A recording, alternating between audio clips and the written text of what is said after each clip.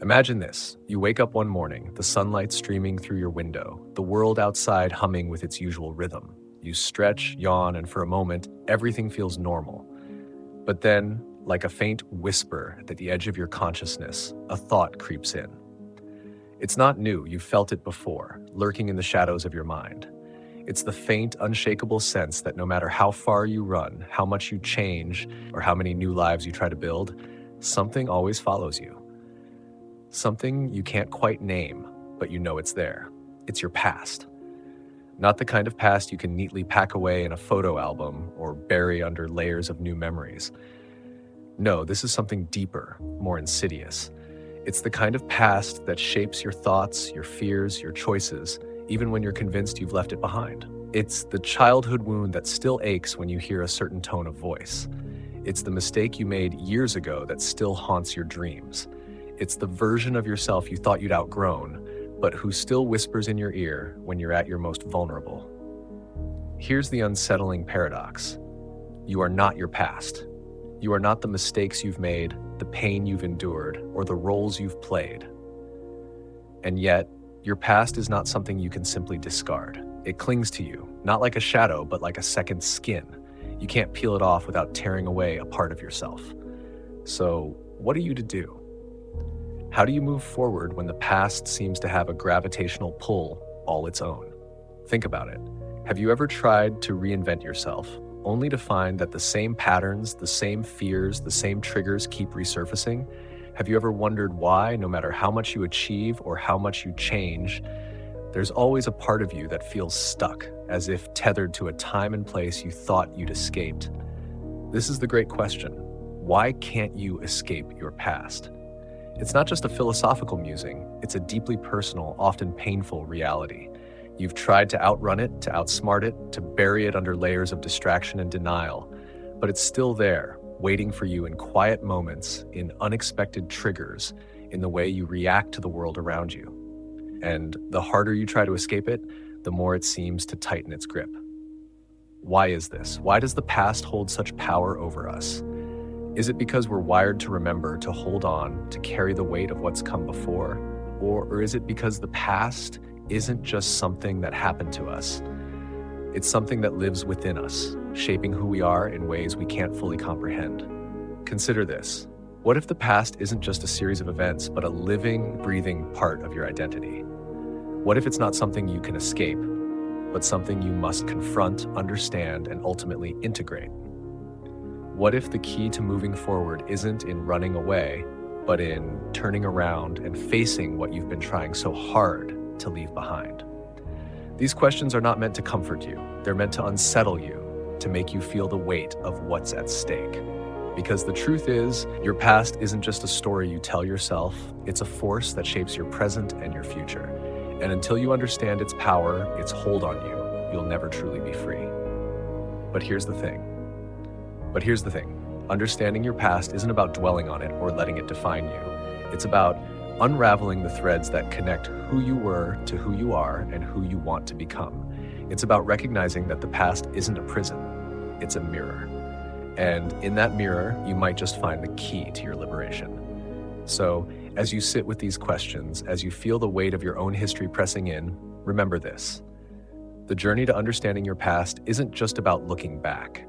It's about moving forward with clarity, with purpose, and with the courage to face what you've been running from. But before we can explore how to break free, we must first understand why the past holds such power over us. What is it about our history that makes it so inescapable? What hidden forces are at play, shaping our thoughts, our emotions, and our identities in ways we can't even see? This is where the story begins, not with answers, but with a deeper, more urgent question. What if the past isn't just something you carry, but something you are? And if that's true, what does it mean to truly escape it? To understand why the past holds such power over us, we must first confront a truth that is both simple and profoundly unsettling. The past is not just a collection of memories, it is the foundation of our identity. Every thought, every decision, every emotion you experience is filtered through the lens of what has come before. Your past is not a distant country you can visit and leave at will. It is the soil in which your present self is rooted. But why is this the case? Why does the past exert such a gravitational pull on our lives? To answer this, we must delve into the psychological and philosophical forces that shape our relationship with time, memory, and selfhood. Let's begin with psychology. Carl Jung, the pioneering Swiss psychiatrist, introduced the concept of the shadow, the part of our psyche that contains the aspects of ourselves we reject, deny, or suppress. These are the parts of us that we deem unacceptable, whether because of societal conditioning, childhood trauma, or personal failures. The shadow is not something we can easily discard, it is woven into the fabric of our being. And here's the catch: the more we try to ignore or escape it, the more it asserts itself in our lives. Your past, in many ways, is your shadow. It is the repository of all the experiences, emotions, and choices you'd rather forget. But forgetting doesn't erase them. Instead, they fester in the unconscious, influencing your behavior in ways you don't even realize. That inexplicable fear, that recurring pattern of self-sabotage, that irrational anger, these are not random. They are the echoes of your past, reverberating through your present. Friedrich Nietzsche, the German philosopher, took this idea even further. He argued that the past is not just a personal burden but a universal one. In his concept of eternal recurrence, Nietzsche posited that every moment of your life, every joy, every pain, every mistake, will repeat itself infinitely. Imagine, he said, that a demon whispered to you in your loneliest moment. This life as you now live it and have lived it, you will have to live once more and innumerable times more. Would you not be crushed by the weight of such a thought? Nietzsche's point was not to doom us to despair, but to force us to confront the inescapability of our past. If we cannot escape it, we must learn to embrace it, to say yes to every moment, no matter how painful or difficult. Only then can we find meaning in our suffering and transform it into strength. But let's not stop there. Arthur Schopenhauer, another towering figure in philosophy, offered a more pessimistic view. He believed that the past is a prison of our own making, a chain of cause and effect that binds us to a deterministic fate. According to Schopenhauer, our actions are not truly free, they are the inevitable result of our character, which is itself shaped by our past experiences. In this view, the past is not just something we carry, it is something we are. And yet, even Schopenhauer acknowledged that there is a way out. By becoming aware of the forces that shape us, we can begin to transcend them. This is the essence of self-awareness, the ability to observe ourselves from a distance, to see the patterns and influences that govern our lives. It is only through this awareness that we can begin to break free. But awareness alone is not enough. Viktor Frankl, the Austrian psychiatrist and Holocaust survivor, taught us that meaning is the ultimate antidote to suffering.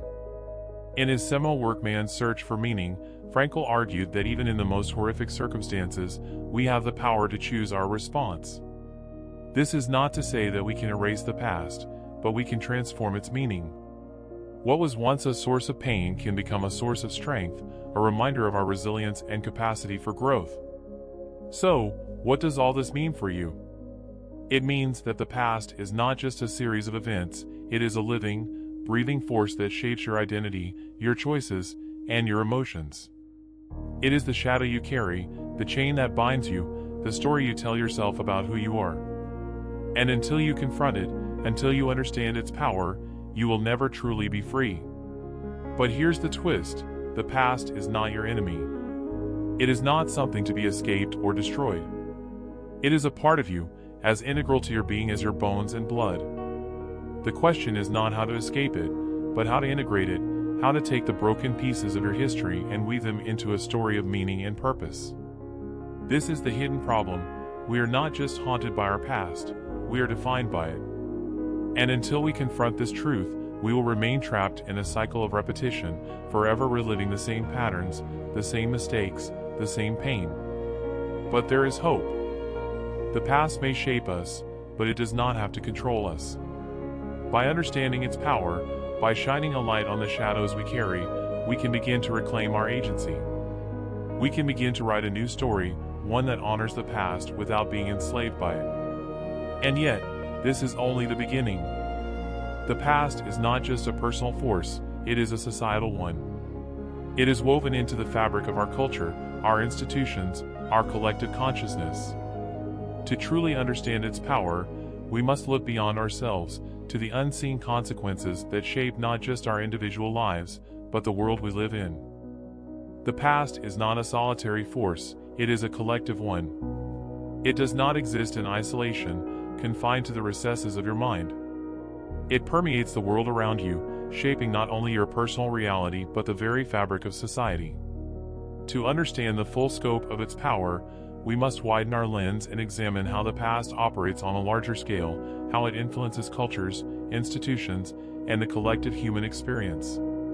Consider this: every society is built on a foundation of history.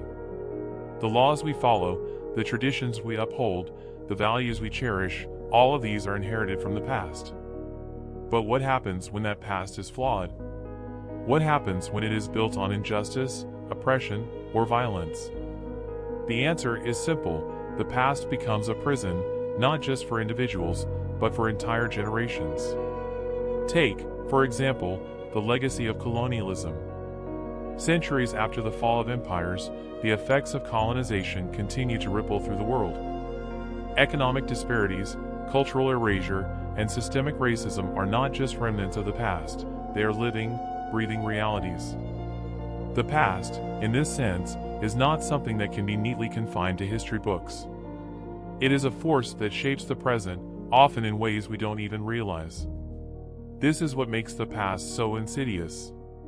It operates not just on a personal level, but on a societal one. It is embedded in the structures of power, the norms of behavior, the stories we tell ourselves about who we are and where we come from. And because it is so deeply ingrained, it often goes unnoticed.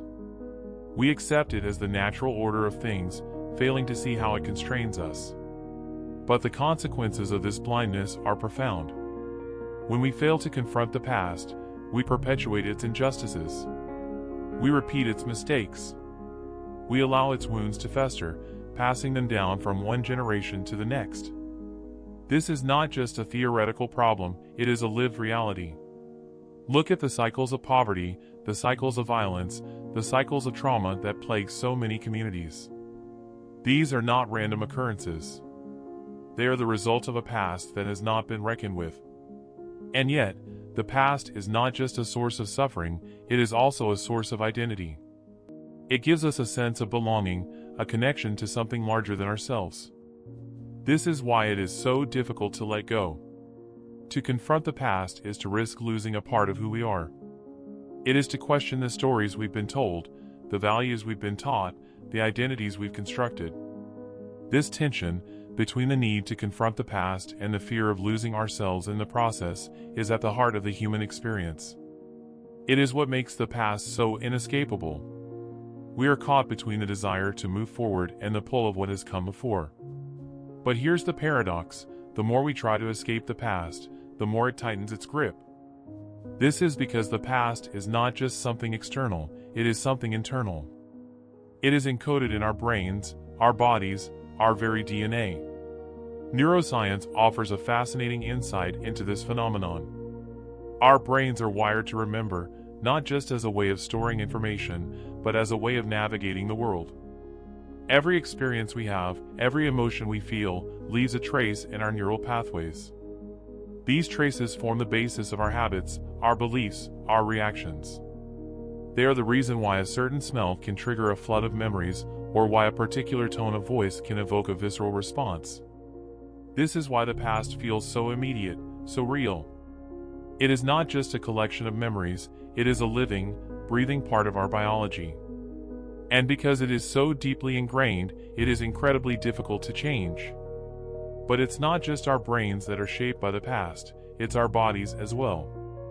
The field of epigenetics has shown that trauma can be passed down through generations, not just through stories and behaviors, but through our very genes. The pain of our ancestors, their fears, their struggles, these are not just abstract concepts. They are part of our biological inheritance.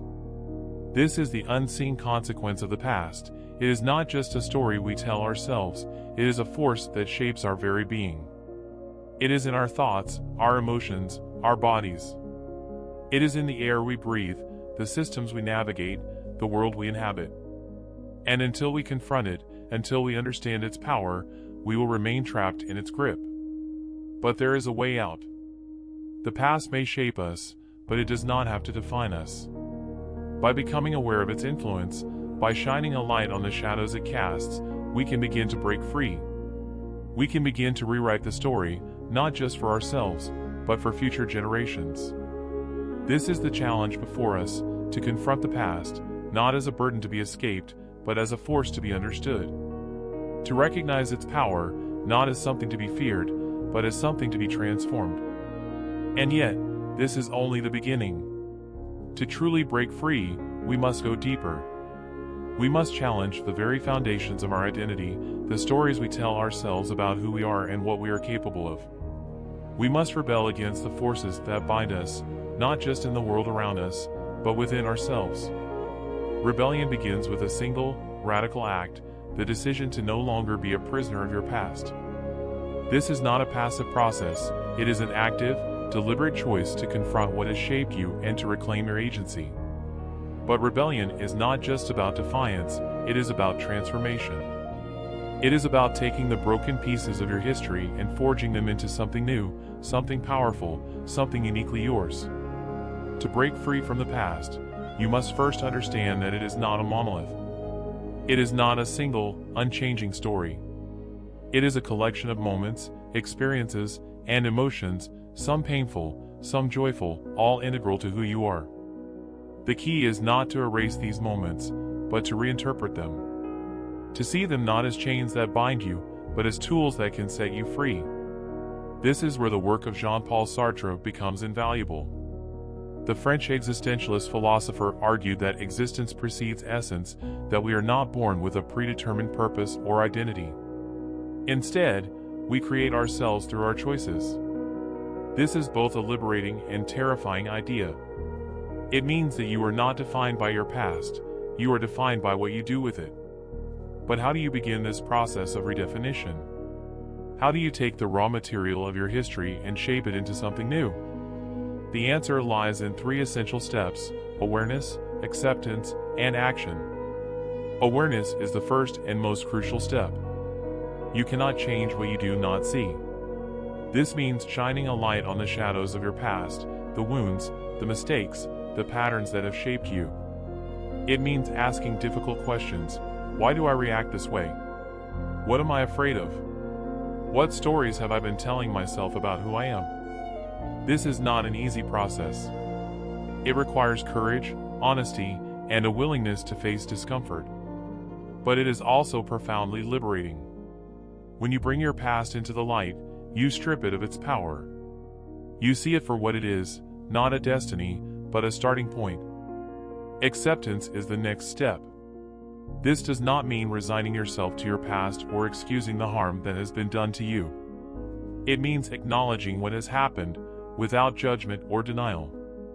It means recognizing that your past is a part of you, but it does not have to define you. This is where the work of Carl Jung becomes particularly relevant. Jung believed that true healing comes from integrating the shadow, the parts of ourselves we reject or deny. By accepting your past, you begin to integrate it. You take the broken pieces and make them whole. But acceptance is not enough. To truly break free, you must take action. This means making conscious choices that reflect who you want to be, rather than who you have been. It means rewriting the story, not just in your mind, but in your life. This is where Viktor Frankl's insights are invaluable. Frankl taught us that even in the most difficult circumstances, we have the power to choose our response. This is the essence of rebellion, the decision to no longer be a victim of your past, but an active participant in your future. But rebellion is not just an individual act, it is a collective one. To truly break free from the past, we must also challenge the systems and structures that perpetuate its injustices. This means confronting the legacies of colonialism, racism, and inequality. It means questioning the stories we've been told about power, success, and worth. This is not easy work. It requires courage, resilience, and a willingness to stand against the status quo. But it is also deeply empowering. When you rebel against the past, you reclaim your agency. You become a creator, not just of your own life, but of the world around you. And yet, even as you rebel, you must also remember this: the past is not your enemy. It is not something to be destroyed or discarded. It is a part of you, as integral to your being as your bones and blood. The goal is not to escape it, but to transform it. To take the raw material of your history and shape it into something new, something beautiful, something uniquely yours. This is the essence of rebellion, the decision to no longer be a prisoner of your past, but a creator of your future. It is a radical act of self-love, a declaration that you are more than the sum of your experiences. That you are not defined by what has happened to you, but by what you choose to do with it. And yet, even as you take these steps, even as you begin to break free, there is one final truth you must confront. A truth so profound, so powerful, that it has the potential to redefine not just your relationship with the past, but your understanding of reality itself. Here it is, the ultimate truth, the final revelation that redefines everything: the past is not real. Wait, what? How can this be? You've spent your entire life carrying its weight, feeling its pull, wrestling with its ghosts. How can something so pervasive, so tangible, not be real? The answer lies in the nature of time itself. The past, as we understand it, is not a physical entity. It is not a place you can visit or a thing you can hold. It is a construct, a story we tell ourselves to make sense of our experiences. And like all stories, it is shaped by perspective, interpretation, and meaning. Think about it. When you remember an event from your past, what are you really remembering? Not the event itself, but your perception of it. Your memory is not a perfect recording, it is a reconstruction, filtered through the lens of your emotions, beliefs, and biases. This is why two people can experience the same event and remember it completely differently. The past, in this sense, is not fixed. It is fluid, malleable, subjective. This is not to say that the events of your past didn't happen. They did. But their meaning, their power over you, is not inherent. It is something you assign. And this is where the ultimate freedom lies, in the realization that you have the power to redefine your past. This idea is not new. The ancient Stoics understood it well. They believe that it is not events that disturb us, but our judgments about them. In other words, it is not the past itself that holds power over you, but the meaning you give to it. Change the meaning, and you change the past's hold on you. But let's go deeper. What if the past is not just a story, but a mirror? What if it reflects not what happened, but who you are in this moment? This is the insight of mindfulness and presence. When you fully inhabit the present moment, the past loses its grip. It becomes not a burden, but a teacher, a guide, a source of wisdom. This is the ultimate paradox. The past is both everything and nothing. It is everything because it has shaped you, molded you, made you who you are. But it is nothing because it no longer exists. It is a shadow, a memory, a story. And like all stories, it can be rewritten. So, how do you rewrite it? How do you transform the past from a prison into a source of power? The answer lies in three profound shifts. 1. Reframe the narrative. Every story has multiple interpretations. The same event can be seen as a tragedy or a triumph, a failure or a lesson. The key is to choose the interpretation that empowers you. This is not about denying the pain or the difficulty of your past. It is about finding meaning in it. For example, instead of seeing a past failure as proof of your inadequacy, see it as a stepping stone to growth. Instead of viewing a childhood wound as a source of lifelong pain, see it as a catalyst for resilience and empathy. This is not just positive thinking, it is a radical act of self-creation. 2. Embrace the present. The past only has power over you when you are not fully present. When you dwell on what has been, you lose sight of what is. But when you anchor yourself in the present moment, the past becomes irrelevant. It loses its grip. This is the essence of mindfulness, the practice of being fully here, fully now. It is not about erasing the past, but about transcending it. When you are present, you are free. Free to choose, free to act, free to be. 3. Reclaim your agency. The ultimate truth is this: you are not a victim of your past. You are the author of your story. This does not mean that you are responsible for everything that has happened to you. It means that you are responsible for how you respond to it. This is the most powerful realization of all, that you have the power to shape your reality. Not by denying the past, but by redefining it. By choosing to see it not as a chain that binds you, but as a foundation you can build upon. And here's the final, most profound insight: the past is not just your story. It is the story of humanity. It is the collective memory of all who have come before you, all who have struggled, suffered, and triumphed. When you confront your past, you are not just healing yourself. You are healing the world. This is the ultimate act of rebellion, to take the broken pieces of your history and forge them into a new story. A story of resilience, of growth, of transformation. A story that honors the past without being enslaved by it. And so, as you sit with these truths, as you feel the weight of your own history pressing in, remember this: the past is not your enemy. It is not something to be escaped or destroyed. It is a part of you, as integral to your being as your bones and blood. But it does not define you. You are not your past. You are the creator of your future. And the future begins now.